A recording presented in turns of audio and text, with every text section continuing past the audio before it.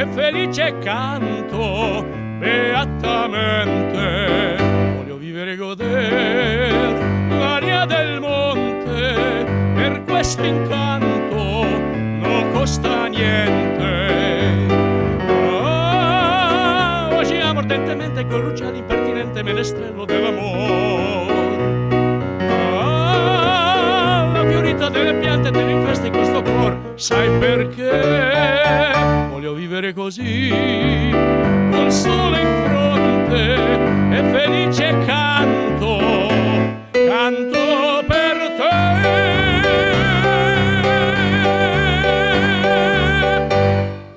Olá, seja muito bem-vindo a mais um Rede de Olhares aqui pela UX TV, emissora da Universidade de Caxias do Sul, na Serra Gaúcha. Nós abrimos o programa de hoje na voz do Dirceu Pastore e eu já quero saber logo de saída aí, Dirceu, se você lembra como é que foi o seu início na música, como é que ela começou a fazer parte da sua vida? Isso é longe. Minha família, a gente cantava assim, entre nós, os tios que eram todos daqui de Caxias. Eu sou pastor em Petef, na família Petef. E aí eles vinham para lá visitar a gente e tal, nas festas. E aí a gente cantava junto, desde 4, 5 anos. Depois eu cantei em coros lá do Farroupilha e tal. Assim como a história do Dirceu, várias outras biografias também fazem parte, histórias às vezes engraçadas, inusitadas, mas que com o passar dos anos tomam uma importância muito grande. Afinal, são elas as responsáveis pelas nossas carreiras e também pelo que somos. Então, o Rede de Olhares de hoje quer saber um pouco dessas histórias e saber de você e de casa. Você lembra como foi o seu início?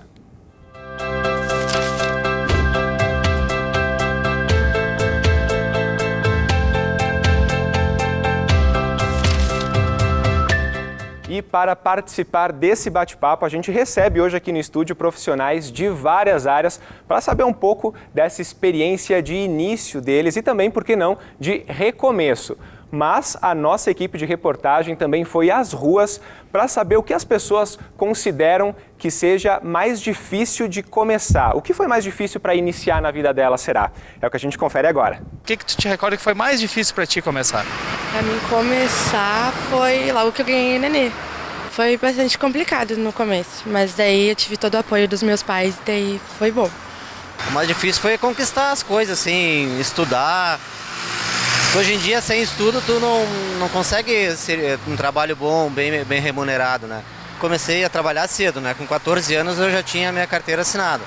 Estou na empresa já faz 30 anos, então assim, tu vai conquistando devagarinho, né? Mas não é fácil. Arrumar um serviço bom, sabe, que eu ficasse satisfeita. Trabalhei bastante. Suei, fui faxineira, comecei lá de baixo, para chegar onde cheguei. É questão mesmo do trabalho, né? Da busca da profissão, da escolha.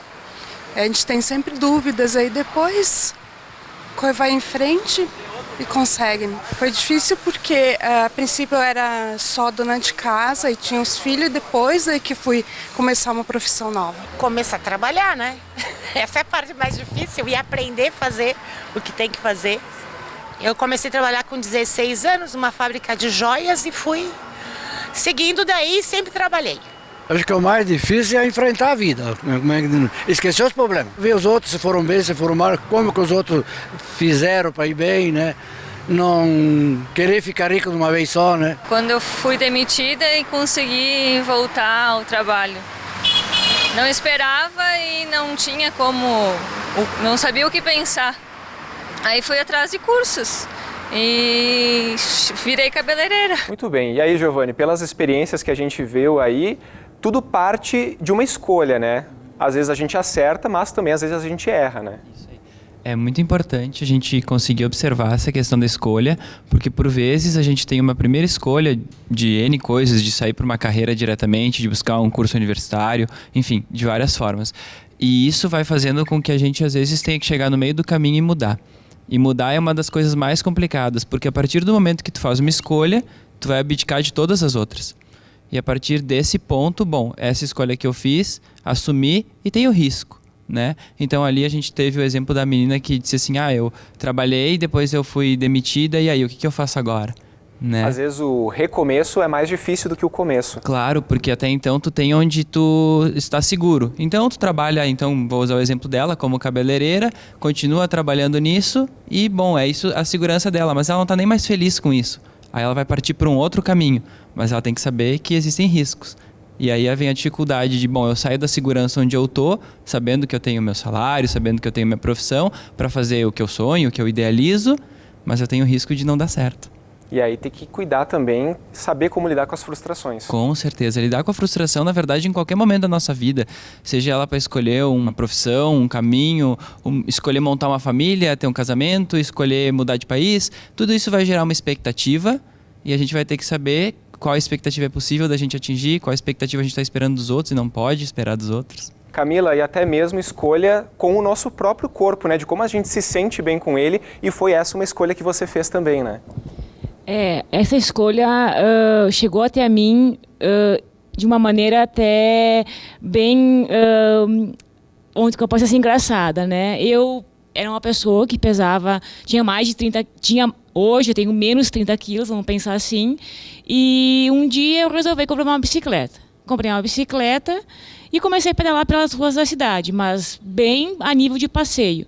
E um dia encontrei uma pessoa, hoje é meu marido, a gente se conheceu através da bicicleta, ele me ajudou muito no início, a gente treinava muito junto.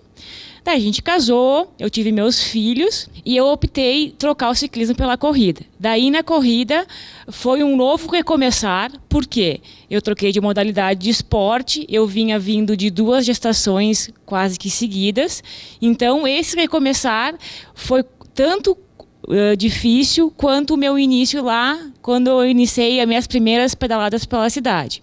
Mas aí eu fui bem assessorada, cada dia sempre querendo um pouco mais, e hoje eu corro, a corrida faz parte da minha vida, eu eliminei, esqueci, deixei no passado meus 30 quilos, não foi fácil, porque eu abri mão de muitas coisas, mas hoje eu já consigo administrar isso muito melhor que no passado. E a partir daí tu começa a colocar novas metas também, afinal de contas, você fez também recentemente uma prova aí, foi de quantos? 100 quilômetros? 100 quilômetros. A gente correu uma noite inteira e um dia inteiro, então assim, foi uma prova muito difícil, pois é uma prova trail, uma prova de trilha, não uma prova de corrida de asfalto. Agora todo mundo me pergunta, almeja os 160?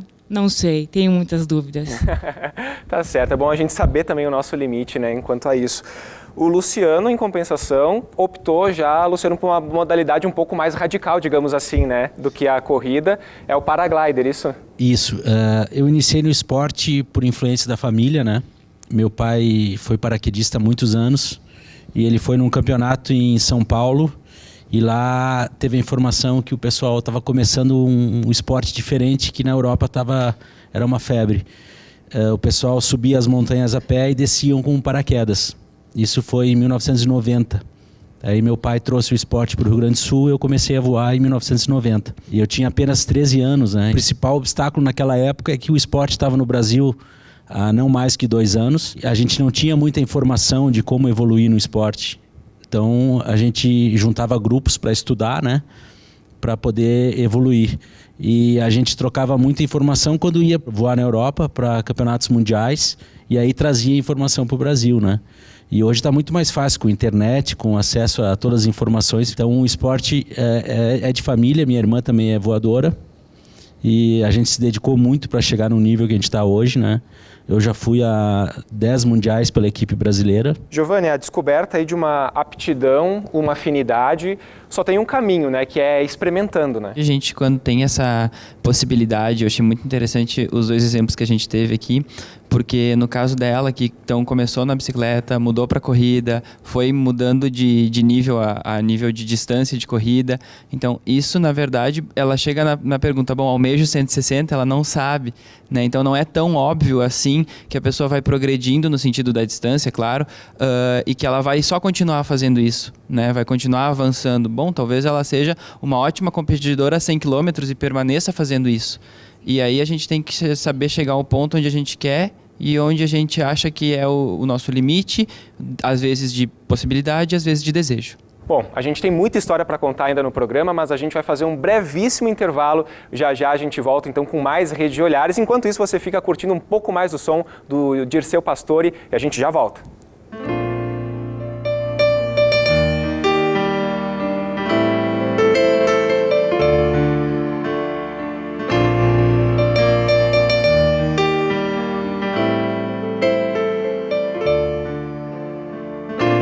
Conosco la tua strada, ogni passo che farai, rete anzi chiuse vuoti, sassi che allontanerai, senza mai pensare che, come roccia io ritorno in te.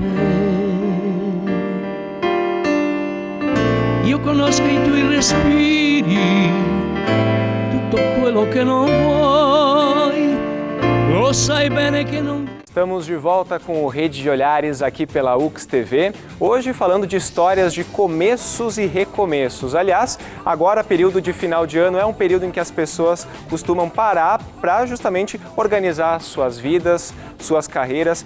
Esse é um exercício importante de se fazer, Giovanni. Com certeza. Na verdade, quando a gente para pensar, não só em fim de ano, a gente tem essa tendência a olhar o fim de ano como um recomeço, é muito bom quando ele é significativo e serve como trampolim para a gente botar nossas mudanças em ação. Agora, a qualquer momento é importante, normalmente a gente pensa na mudança quando a gente está em crise. Quando a gente tem algum momento que está difícil, a gente está alguma coisa que não está boa e a gente pensa, bom, eu vou mudar. E aí, como eu estava comentando, a gente fica naquela, vou ou não vou? Né? Então, o fim de ano, às vezes, ele dá esse gás que a gente precisa para ir lá e, bom, agora, ano que vem eu vou deixar de trabalhar em tal lugar, eu vou deixar de fazer o que eu faço e eu vou partir para aquilo que eu quero.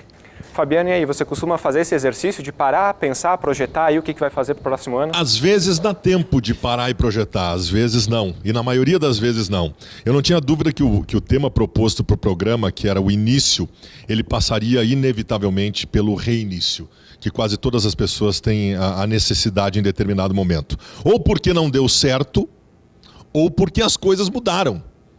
E nós estamos vivendo uma época de absurda e abrupta modificação no mundo por conta do advento da internet, da veiculação da informação, e tu sabes muito bem disso, porque és um homem da comunicação como eu. Então a reinvenção, ela é necessidade para se manter vivo profissionalmente. O meu início profissional, ele está num passado longínquo e pouco lembrado por mim, porque foi no momento em que eu iniciei minha carreira no rádio e eu me entendia como um homem de rádio, e passei por televisão, e passei por jornal, e passei por tudo isso, na Rádio Gaúcha, na Bandeirantes. Só que no meio do caminho desse processo, tudo se modificou. E vieram as redes sociais, vieram as novas necessidades. A minha profissão hoje é algo que não existia quando eu comecei a minha carreira há 20 anos. Há 22 anos. Hoje eu sou o que se chama popularmente de influenciador digital. Isso não existia. Então aquilo que eu me dispus a fazer e que era o meu sonho de fazer profissionalmente, se modificou completamente no meio do caminho por conta das necessidades, da reinvenção, necessidade da reinvenção para me adaptar a tudo que o mundo moderno me colocava como necessidade.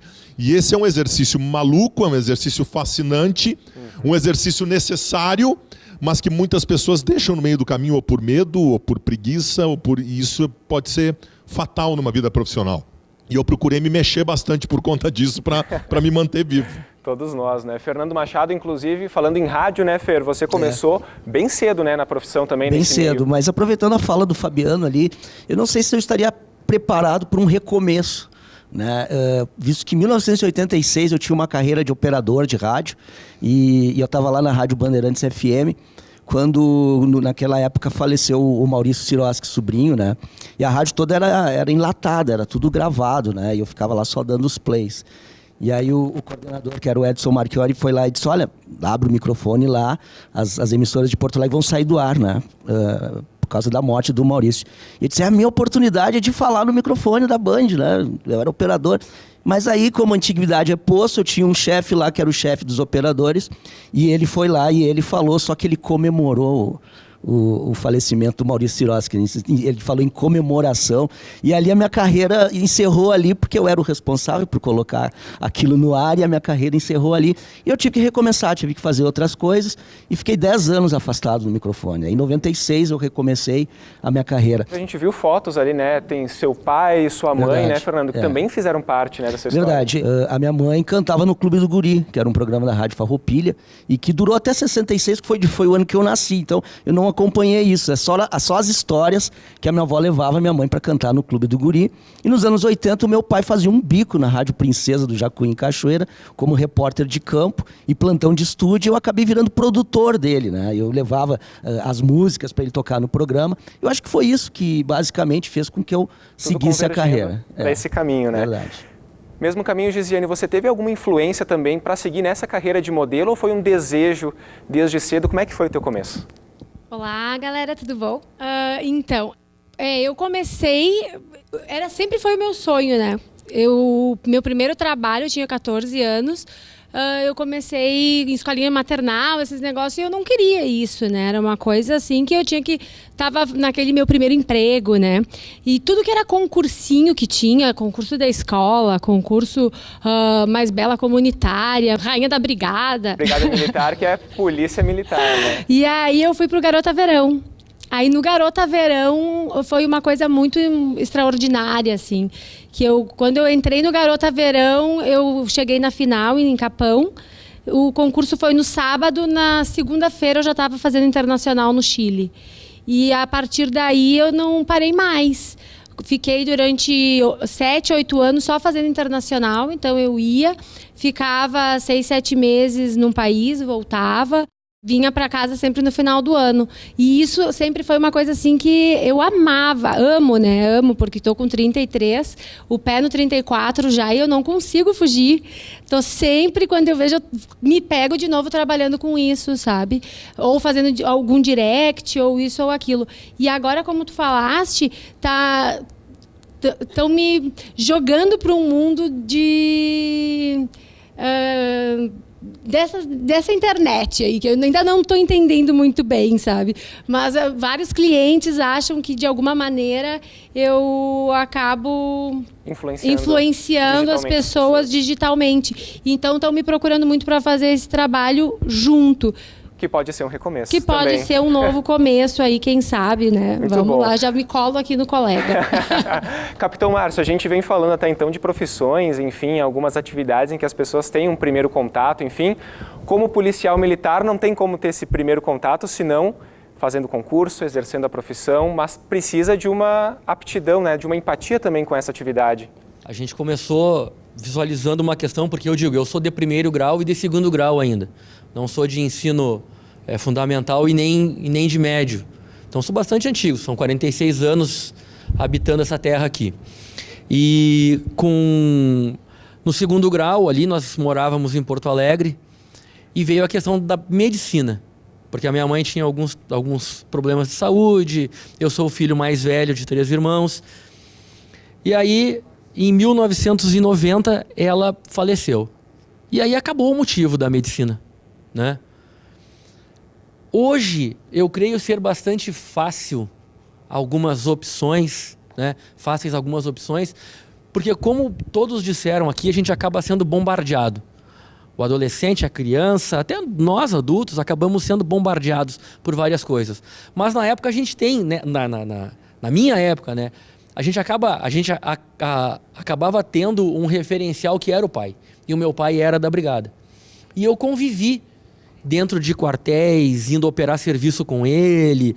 Aquele ambiente era o meu ambiente. Quando acabou essa questão da medicina, fui para o Corpo de Bombeiros.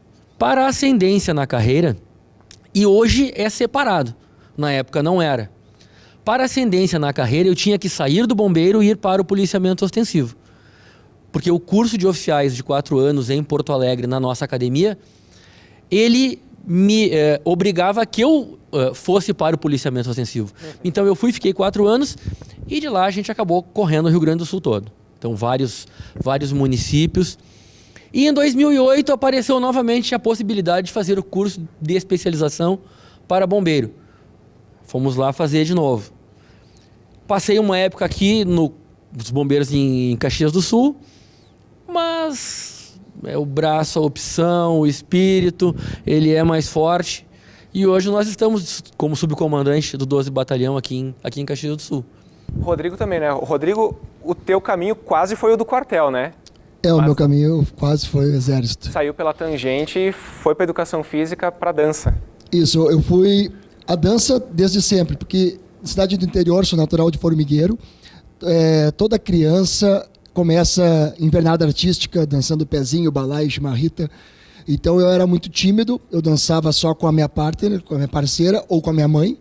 Só a partir dos 14, 15 anos que eu comecei a querer dançar com outras pessoas, que a idade acaba os hormônios influenciando. E comecei a dançar por brincadeira e vi que nas festas a dança facilitava muito o contato com as meninas. E as pessoas imitavam eu dançar desde sempre.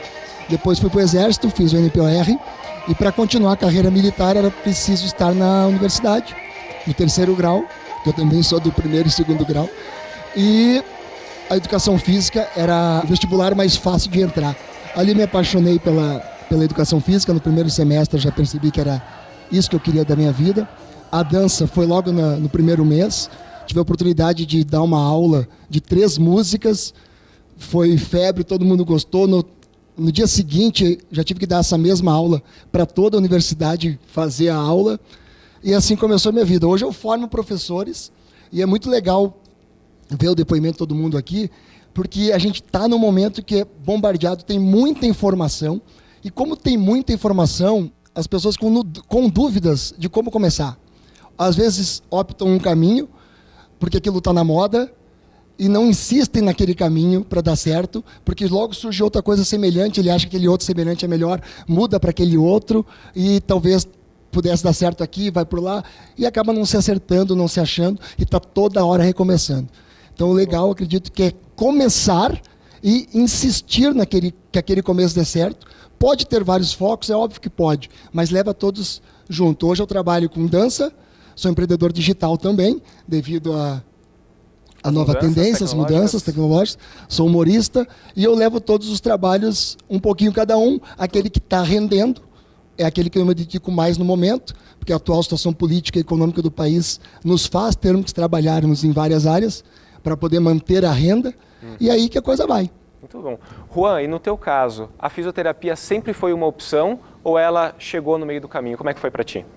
Eu acho que a fisioterapia para mim sempre foi uma opção, pois eu tenho paralisia cerebral, então eu fiz quase 20 anos de reabilitação, mas eu gostava muito de futebol, então compartilho da paixão do Baldasso, né, pelo Colorado, e sabia que eu não poderia ser jogador de futebol e queria contribuir com o time de alguma forma, e sempre quis fazer fisioterapia para talvez ser fisioterapeuta do Inter, né?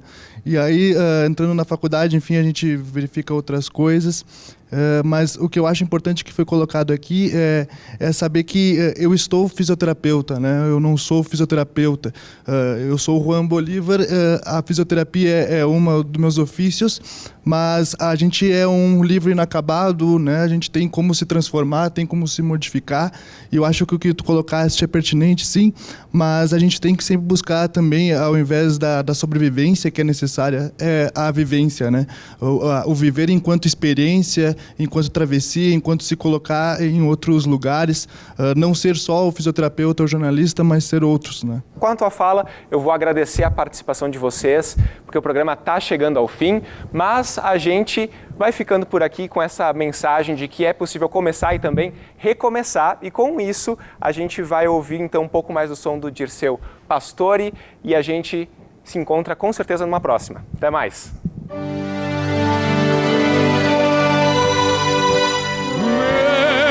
Nessun